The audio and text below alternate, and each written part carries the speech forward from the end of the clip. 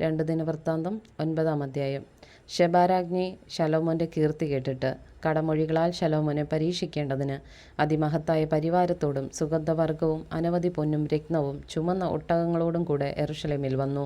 അവൾ ശലോമോന്റെ അടുക്കൽ വന്ന ശേഷം തൻ്റെ മനോരഥമൊക്കെയും അവനോട് പ്രസ്താവിച്ചു. അവളുടെ സകല ചോദ്യങ്ങൾക്കും ശലോമോൻ സമാധാനം പറഞ്ഞു. സമാധാനം പറവാൻ കഴിയാതെ ഒന്നും ശലോമോന് മറപൊരുളായിരുന്നില്ല. ശെബാരാജ്ഞി ശലോമോന്റെ ജ്ഞാനവും അവൻ പണിത അരമനയും അവൻ്റെ മേശയിലെ ഭക്ഷണവും അവൻ്റെ ഭൃത്യന്മാരുടെ ഇരിപ്പും അവൻ്റെ ശുശ്രൂഷകന്മാരുടെ നിലയും അവരുടെ ഉടുപ്പും അവൻ്റെ പാനപാത്രവാഹകന്മാരെയും അവരുടെ ഉടുപ്പിനെയും യഹോവയുടെ ആലയത്തിലേക്കുള്ള അവൻ്റെ എഴുന്നള്ളത്തും കണ്ടിട്ട് അമ്പരന്നുപോയി. അവൾ രാജാവിനോട് പറഞ്ഞതെന്തെന്നാൽ, നിന്റെ കാര്യങ്ങളെ ജ്ഞാനത്തെയും കുറിച്ച് ഞാൻ എൻ്റെ ദേശത്ത് വെച്ച് കേട്ട വർത്തമാനം സത്യം തന്നെ. ഞാൻ വന്ന് സ്വന്തം കണ്ണുകൊണ്ട് കാണും വരെ ആ വർത്തമാനം വിശ്വസിച്ചില്ല. എന്നാൽ നിന്റെ ജ്ഞാന മഹാത്മ്യത്തിൻ്റെ പാതി പോലും ഞാൻ അറിഞ്ഞിരുന്നില്ല. ഞാൻ കേട്ട കേൾവിയേക്കാൾ നീ ശ്രേഷ്ഠനാകുന്നു. നിന്റെ ഭാര്യമാർ ഭാഗ്യവതികൾ. നിന്റെ മുമ്പിൽ എല്ലായ്പ്പോഴും നിന്ന് നിന്റെ ജ്ഞാനം കേൾക്കുന്ന ഈ നിന്റെ ഭൃത്യന്മാരും ഭാഗ്യവാന്മാർ. നിന്റെ ദൈവമായ യഹോവയ്ക്ക് വേണ്ടി രാജാവായിട്ട് തൻ്റെ സിംഹാസനത്തിൽ നിന്നെ ഇരുത്തുവാൻ നിന്നിൽ പ്രസാദിച്ചിരിക്കുന്ന നിന്റെ ദൈവമായ യഹോവ വാഴ്ത്തപ്പെട്ടവൻ.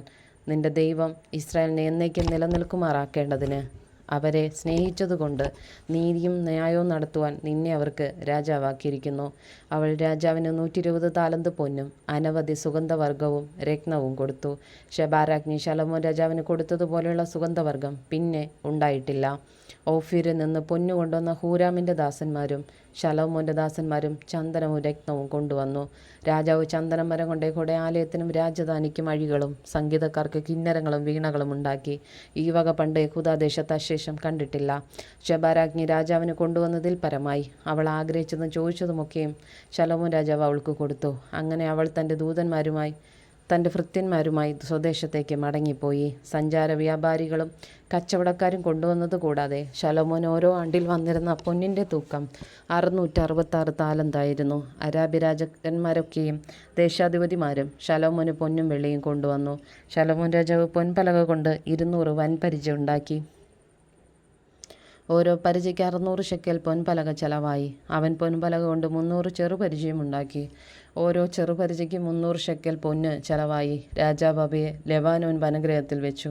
രാജാവ് ദന്തം കൊണ്ട് ഒരു വലിയ സിംഹാസനമുണ്ടാക്കി തങ്കം കൊണ്ട് പൊതിഞ്ഞു.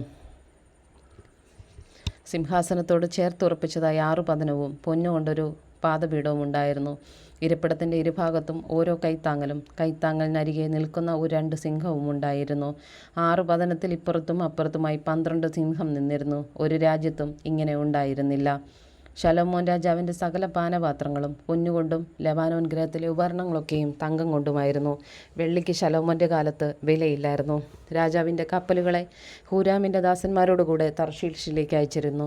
3 ആണ്ടിലൊരിക്കൽ തർശീഷ് കപ്പലുകൾ പൊന്ന്, വെള്ളി, ആനക്കൊമ്പ്, കുരങ്ങ്, മയിൽ എന്നിവയെ കൊണ്ടുവന്നു.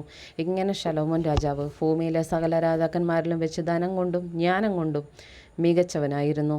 ദൈവം ശലോമോൻ്റെ ഹൃദയത്തിൽ കൊടുത്ത ജ്ഞാനം കേൾപ്പാൻ ഭൂമിയിലെ സകല രാജാക്കന്മാരും അവൻ്റെ മുഖദർശനം അന്വേഷിച്ചു വന്നു. അവരിൽ ഓരോരുത്തൻ ആണ്ടുതോറും താൻ്റെ കാഴ്ചയായിട്ട് വെള്ളിപ്പാത്രം, പൊൻപാത്രം, വസ്ത്രം, ആയുധം, സുഗന്ധവർഗം, കുതിര, കോവർ, കഴുത എന്നിവയെ കൊണ്ടുവന്നു.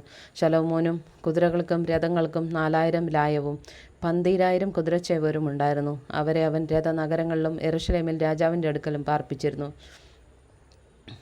അവൻ നദി മുതൽ ഫെലിസ്ത്യദേശം വരെയും മിസ്രയീമിൻ്റെ അതിർത്തി വരെയുമുള്ള സകല രാജാക്കന്മാരുടെ മേലും വാണു. രാജാവ് യെരൂശലേമിൽ വെള്ളിയെ പെരുപ്പം കൊണ്ടും കല്ലുപോലെയും ദേവദാരുവിനെ താഴ്വീതിലെ കാട്ടത്തിമരം പോലെയുമാക്കി. മിസ്രയീമിൽ നിന്നും സകല ദേശങ്ങളിൽ നിന്നും ശലോമോന് കുതിരകളെ വാങ്ങിക്കൊണ്ടുവരും. ശലോമോൻ്റെ മറ്റുള്ള വൃത്താന്തങ്ങൾ ആദ്യവസാനം നാഥാൻ പ്രവാചകൻ്റെ വൃത്താന്തത്തിലും ഷീലോന്യനായ അഹിയാവിൻ്റെ പ്രവാചകത്തിലും നെബാത്തിൻ്റെ മകനായ യൊരോബെയാമിനെ പറ്റിയുള്ള ഇദ്ദോ ദർശനങ്ങളിലും എഴുതിയിരിക്കുന്നുവല്ലോ. ശലോമോൻ യെരൂശലേമിലെ എല്ലാ ഇസ്രായേലിലും 40 സംവത്സരം രാജാവായിരുന്നു. പിന്നെ ശലോമോൻ തൻ്റെ പിതാക്കന്മാരെ പോലെ നിദ്ര പ്രാപിച്ചു. അവനെ തൻ്റെ അപ്പനായ ദാവീദിൻ്റെ നഗരത്തിൽ അടക്കം ചെയ്തു. അവൻ്റെ മകനായ രെഹബയാം അവനു പകരം രാജാവായി.